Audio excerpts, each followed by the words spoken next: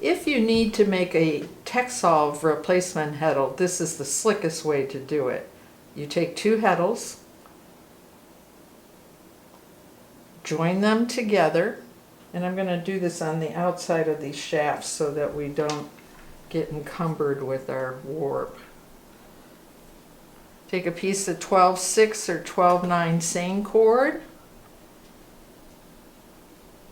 put it through here, and then bring this other heddle up.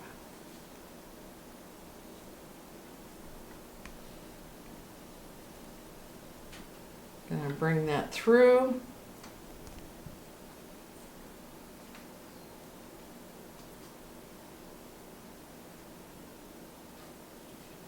Tie a square knot.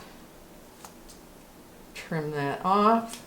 And now when you thread this, you're gonna thread the warp end through both eyes so it stays level. Isn't that slick?